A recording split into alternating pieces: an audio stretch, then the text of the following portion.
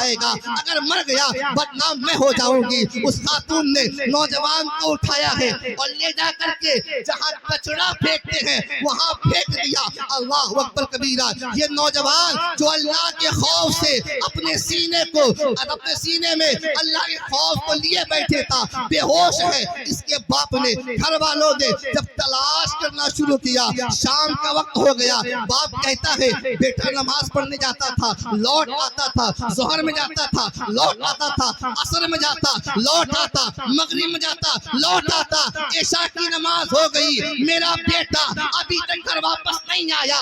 باپ نکلا ہے تلاش کرتے ہوئے اپنے جوان بیٹے کو. کیا دیکھا, جہاں کوڑا پھینکتے ہیں جوان بیٹا وہاں پر گرا ہوا پڑا ہے. باپ گیا, پانی کے چھینٹے مارے, اولاد کا ہوش آیا. باپ نے کہا بیٹے تیرے ساتھ یہ معاملہ کس نے کیا, بتا.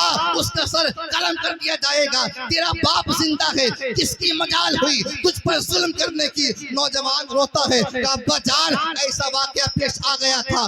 اللہ فرماتا ہے یا ایھا الذین آمنوا اتقوا اللہ, اے ایمان والو اللہ سے ڈرو. اللہ کا ڈر میرے دل میں ایسا آیا میں بے ہوش ہو گیا. یہ جملے اس نے کہے, باپ کی گودی میں نوجوان نے دم توڑ دیا. انا للہ و انا الیہ راجعون. اللہ اکبر, اللہ اکبر. باپ نے جوان بیٹے کی لاش کو ہاتھ میں لیا, قبر کو تیار کیا, جنازہ پڑھ کے دفن کر دیا. فجر کی نماز پڑھنے کے لیے جب پہنچا ہے فاروق اعظم کی بارگاہ میں, جب پہنچا ہے فجر کی نماز میں, فاروق اعظم نے نماز کے بعد دیکھا وہ روز آتا تھا نماز پڑھنے کے لیے, آج دکھائی نہیں دیتا.